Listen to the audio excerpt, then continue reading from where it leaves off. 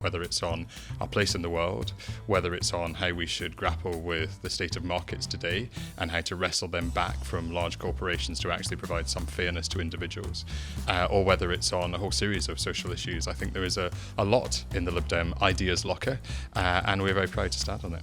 Whilst what Calum has said is very compelling, things like fairness are quite subjective, our place in the world is also quite subjective, but it's also not particularly tangible, and it strikes me that over the last 18 months the party has done little more than cheer the Labour government on from the sidelines. Hello, welcome to the special Saturday edition of Coffee House Shots. I'm James Heale. I'm joined today by Calum Miller, the MP for Bicester, and Annabel Denham, who is the senior political commentator at the Daily Telegraph. Now, Annabel, last week you wrote a piece asking what exactly is the point of the Lib Dems. Do you want to give us your take, fully aware here that Calum opposite is the foreign affairs spokesman for the Lib Dems? To be clear, when I wrote the piece, I didn't know that I would subsequently be taking part in a Spectator TV discussion with a Liberal Democrat. But no, I think, I was prompted to write this by Ed Davey's very strong rhetoric around the US extraction of Nicolas Maduro, and how that seemed to be a way, perhaps, if you were being cynical, for the Lib Dems to set themselves apart from the other political parties. And I suppose the two questions I wanted to drill down into in my piece were, first, should the Liberal Democrats be doing better than they are? And there's a new poll this week which has shown they are on around 12% and the Greens have caught up with them. So why is it that when there is such a sense of disillusionment with Labour and the Tories that the Lib Dems aren't performing better? And second, what is it that the modern Liberal Democrat Party stands for? Because to paraphrase Voltaire talking about the Holy Roman Empire, they don't seem to me to be particularly liberal or particularly democratic when you look at their stance on Brexit. And that really was the thrust of the piece and what I was looking at. Calum, your response to that? Well, I welcome the chance to have a right of reply, so thank you very much for offering that. Why don't we start where Annabel did with Venezuela? So the way I would think about that is actually that the other parties in British politics have moved away from what would have been a consensual position really not very long ago. So I don't see this as some kind of strident attempt by the Lib Dems to differentiate ourselves. Rather, we are holding to principles of international law, international order, the importance to the UK and to UK security and safety of having some semblance of playing by the rules, and the way in which Donald Trump made no attempt to work with other partners, marched into Venezuela in a covert operation, kidnapped a sitting president, however appalling we can all agree he was, represents quite a big breach with what would otherwise, and not that long ago, have been a position that I think many parliamentarians across all parties would have stood for. And the second point as well about the maybe the intellectual purpose of the Lib Dems, because Annabel talks in the piece about the Orange Book, which came out in 2004. There was a lot of ideas in that, a lot of bright young things, etc. It feels sometimes that maybe the Lib Dems these days follow only the first half of David Steele's cry to go back to constituency, prepare for government. Everyone's in their constituencies, merely working hard as a local champion. But what are the great ideas animating the party currently? Yeah, look, I mean, I think we take the world as it is, which is a world in which there is a massive deficit of trust in politics, and that's true of all politicians working across all parties. We have for many years been a party grounded in localism and in working in community, and we strongly believe that the way to restore some of that trust is to demonstrate to our local supporters, local constituents, that voting for an individual and putting that individual in Parliament can make a real difference in the community, and that's where we start from. But I think Annabel's challenge is, well, that's just not enough. That's just fiddling, if you like, while Rome burns, to carry on the analogy.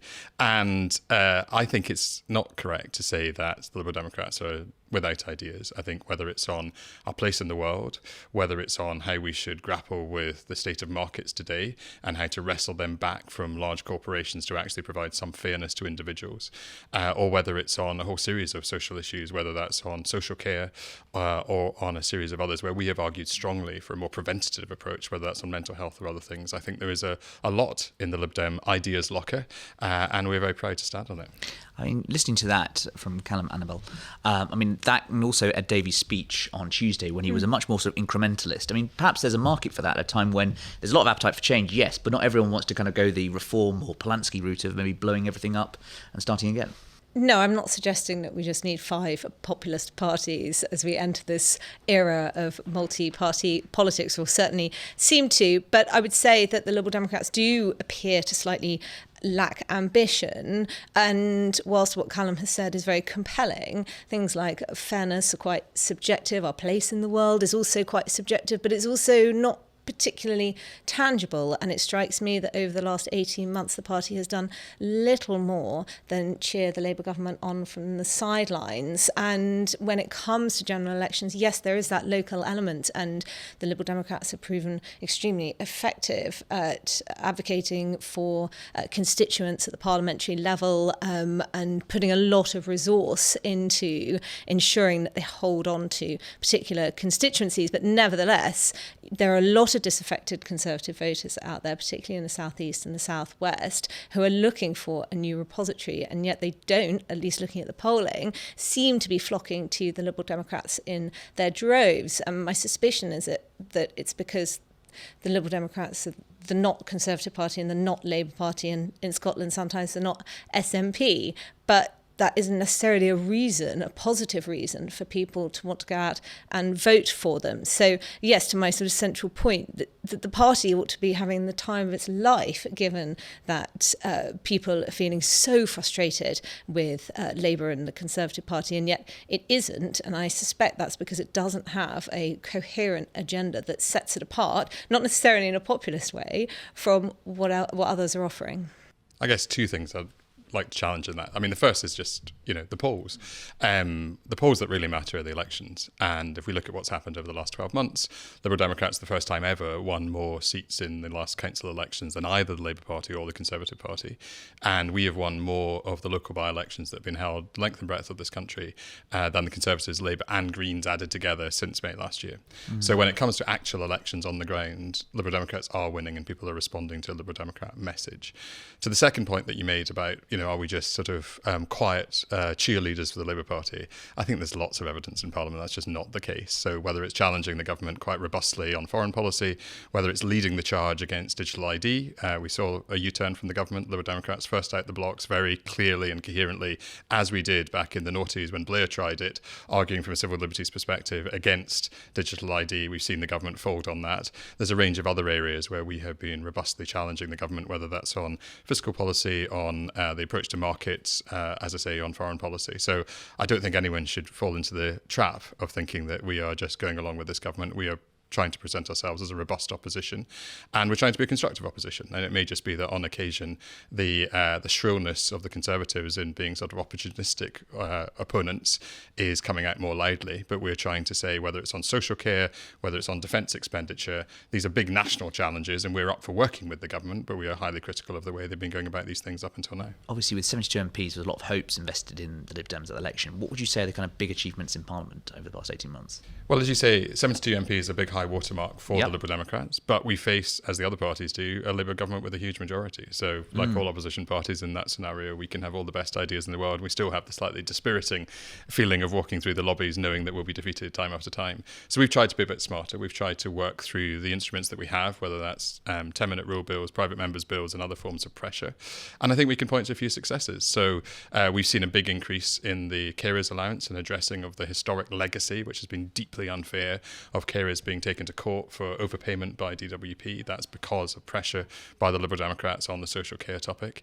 In the environment, my colleague Max Wilkinson brought forward a so-called sunshine bill, saying that all new homes should have solar panels on it. The government objected to it, rejected that bill, but have now incorporated it into planning guidance. And there's a series of others as well, where we have used the instruments that are available to us to try and push forward and have some wins in this Parliament. It feels that since the election, British politics has focused a lot on migration and quite thorny issues around culture, quite uncomfortable issues, some of those grooming gangs, for instance, in the inquiry there. What would you make of that contention, perhaps, that the Lib Dems don't actually feel comfortable, a bit squeamish about addressing some of these issues, and actually they prefer to talk about things such as solar panels, which are important, but maybe don't have the same kind of, evocation as sort of difficult issues to deal with? Yeah, I don't think we're squeamish about them. There are issues that are raised with me, as I'm sure they are with every other MP on the doorstep. And for that reason, we want to bring them to Parliament and be part of the debate. I think what we do try to do is eschew the sort of deliberate divisiveness of some of the other parties. So these are difficult issues. It is important to hold to a line and to have a clear principle in one's approach to it, but it doesn't have to be done in a way that deliberately divides. And as we know, some of the parties are taking that as a strategy. To take the two specifics, on the grooming gangs, we supported calls for a national inquiry when it when it was clear that the evidence demanded that. But we're also very clear that the Conservatives need to be accountable for their failure to introduce and implement the recommendations of the Jay report that was delivered to them on their watch. And so there is one has to be honest, a degree of opportunism in some of this. The facts that have been developed are not ones that were new, and they're ones that the Conservatives could have acted upon. So we're clear on our principles on this, but I don't, as I say, think that we are playing into the divisiveness that some of the parties are adopting on these difficult topics. I'm glad, Calum, that you brought up digital ID, which obviously is a very topical issue with Labour's U-turn this week, and your stance on civil liberties. However, was it not the case that the Liberal Democrats were in favour of lockdown, often calling for the government to go further, faster than it was willing to? Is it not the case that the Liberal Democrats often back things like junk food advertising ban, smoking ban, other infringements on people's freedoms? And if so, I wonder, how do your colleagues in the Liberal Democrats actually define the term liberal? In what way do you consider yourselves to be the party of civil liberties? Thank you. For me, a liberal is somebody who cares deeply about the independence of individuals and their freedom to act within the society. But I think it's wrong to construe that as being entirely atomistic.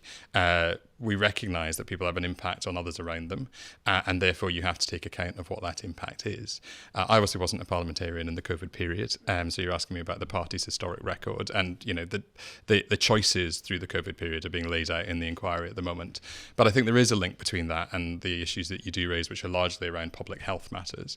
And the reason that those are difficult ones, I think, for all of us, is that they don't just bear upon the individual. So if we talk about the obesity epidemic in this country, it has a huge consequence for all taxpayers and for the NHS.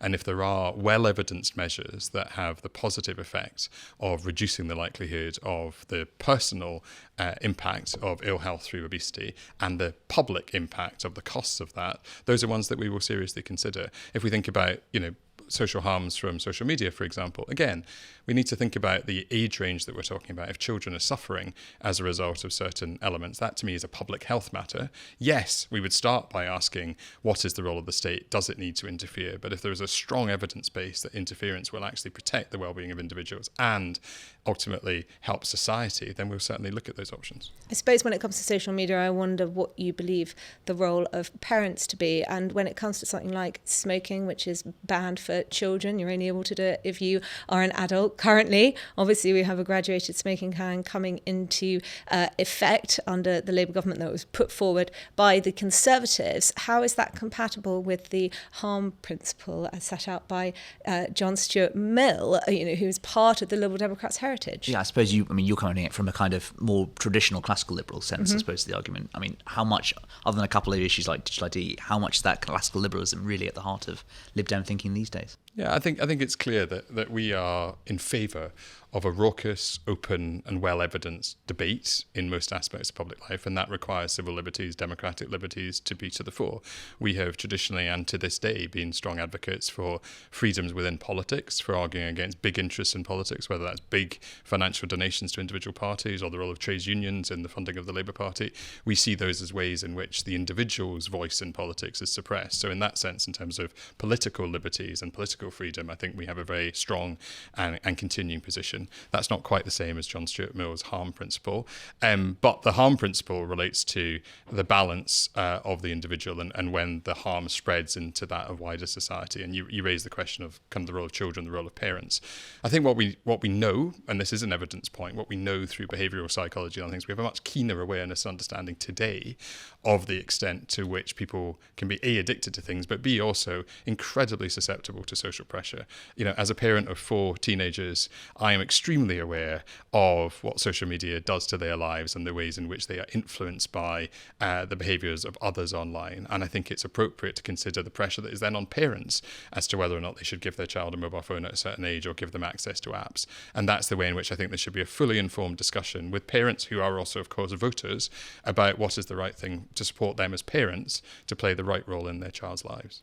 I was quite struck when I was at the Ed Davey speech this week, I mean, the only kind of sort of self-indulgent, there wasn't wetsuits or anything like that, but there was the jump by Pointer Sisters, Love Actually, which is very much how Ed Davey's trying to portray himself on, the Hugh Grant standing up to America, we may be a small island, etc. I just wonder, Calum, I think Keir Starmer on Ukraine, you probably agree, is doing a pretty good job, and he's trying to do what he thinks is best for Kyiv's interests in all of this. Do you think maybe there's a degree of kind of, how should I say, a tendency perhaps to sort of exploit the situation there, which we all know that we can't really stand up to Donald Trump because we don't have many cards to play, and he's just trying to play the cards on Ukraine, and aware that obviously what a lot of Trump says and does is pretty illogical. But do you think therefore the Lib Dems maybe are being a bit sort of trying to exploit the situation perhaps at all? The way I'd think about it is that Donald Trump's behaviour is that of a bully. He's somebody who, wants to get his own way, who is irascible, who is unpredictable and unreliable. And so the danger of the Prime Minister's approach is that it slightly depends on the belief that if we do enough nice things to Trump, he will at least stay the course and be steady on Ukraine. And unfortunately, we've seen too many examples, whether it was post-meeting Putin in Reykjavik or other examples, where he has flipped. On the one hand, looking as though he's going to align with the coalition of the willing and support the Ukrainians, and on the other, he's the last person he spoke to if Putin's persuaded him. So our argument is that the government is putting too many eggs in one basket, investing a huge amount of time and effort in placating Donald Trump. And there is a bigger opportunity for the UK to be deepening the relationship with Europeans on both the security and the economic side that would give us leverage with the US, because it would be clear that we have choices. The more we cleave to the US and, if you like, double down on our dependency, the less choice we have as a nation, and that's to our detriment and to the detriment of our allies. I mean, I would just say I don't dispute that Donald Trump is an extremely irascible and capricious individual who, is unpredictable, and it can be difficult to know how to handle him. But I do worry that European nations' deference for the international rules-based order has conversely turned us into international bystanders who have very little sway, very little influence over Donald Trump, or indeed in deterring dictators and aggressors, particularly at a time when the axis of resistance, as they would call themselves, is consolidating. Do you think that there's a certain risk of naivety when it comes to foreign policy and not necessarily putting our national interest first? So I think that might surprise you, but I think the way in which you, I and Donald Trump agree is that the Europeans need to step up, and that includes the UK. So that comes to our defence expenditure and our ability to build our collective ability to defend ourselves militarily. I think that message has got through to the Europeans. We can see the changes in the German constitution, German investment. We can see the Baltics heading towards 6% of GDP on defence expenditure, and we can see the lively debate in the UK about how to raise our own defence capabilities. So in that sense, I think the Europeans are stepping up, maybe not quickly enough, but are stepping up.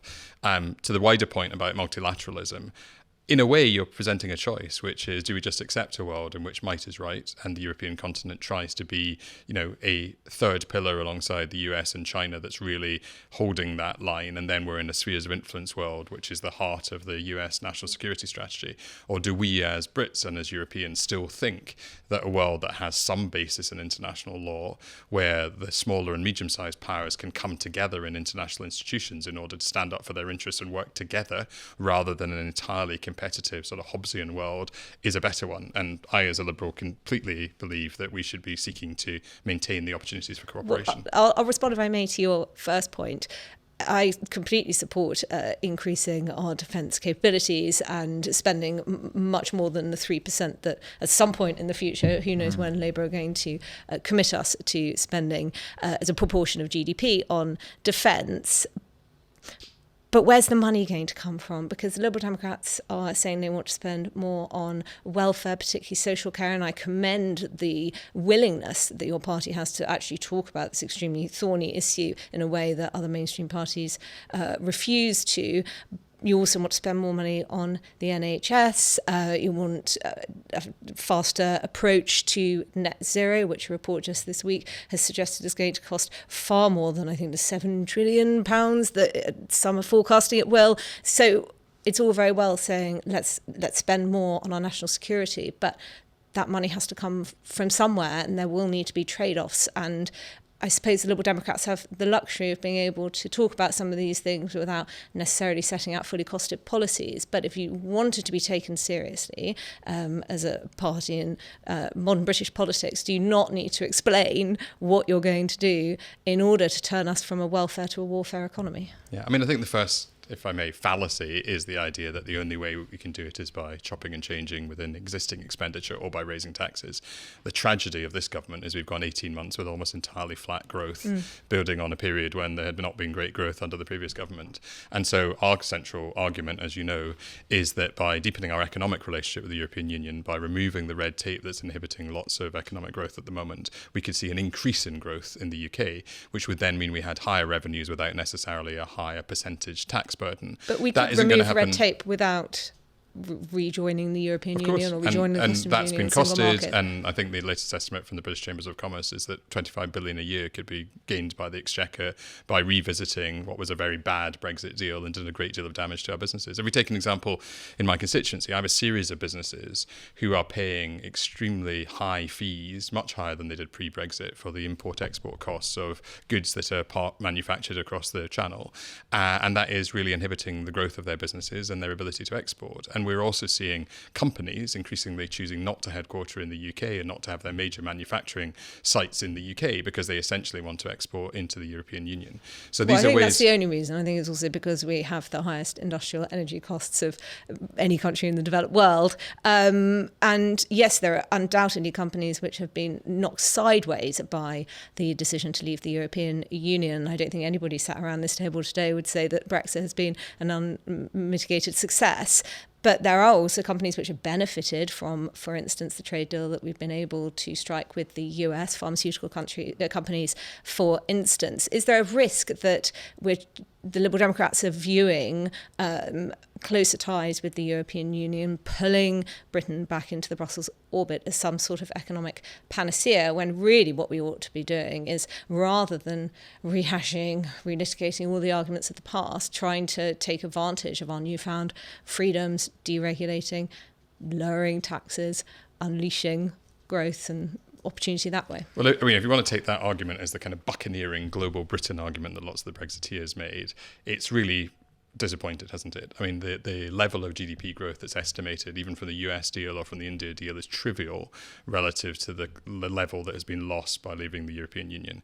And what's more important, in a way, is that the behaviour of Trump economically, we've talked about his behaviour in a military sense before, but his behaviour economically is deeply destabilising to the world economy. You could imagine a kind of UK sort of independent of the European Union, going around the world, striking trade deals in a much more secure and stable world environment. But the whole premise of our early conversation was that's just not what we have. And we're, as you were arguing, devolving into a series of individual blocks. We are, by geography, you could argue by history, and certainly by economic ties, far closer to the European Union than we are to the US or any other part of the world. And it just makes sense not to cut up our nose to spite our face. If I may, James, just one final question. If that's the case, then why are the Liberal Democrats only suggesting that we rejoin the customs union? Let's not forget that most EU-UK trade is tariff-free anyway. Why not say that we need to rejoin the single market? Why not say that we need to join the European Union if it is the solution to our economic woes? Well, we're very clear that, you know, we had a referendum in 2016. The British people voted in a certain way, and there are ways to look at strengthening our relationship with the European Union. We don't want to run ahead of public opinion. What we can see is public opinion is changing. The customs union would be a huge step forward, estimated to bring in a considerable revenue to the Treasury, which would solve some of the public service challenges you were mentioning earlier on, but is a way to explore a deeper relationship. And we should see where British public opinion is by that point and what also our European partners are open to. And I think on that note, we've gone from one age-old British political debate about the future of the Liberal Party, the Lib Dems, etc., to that of Europe. But just want to say thank you very much, Calum. Thank you, Annabel. And thank you for listening to Coffee House Shots at Home.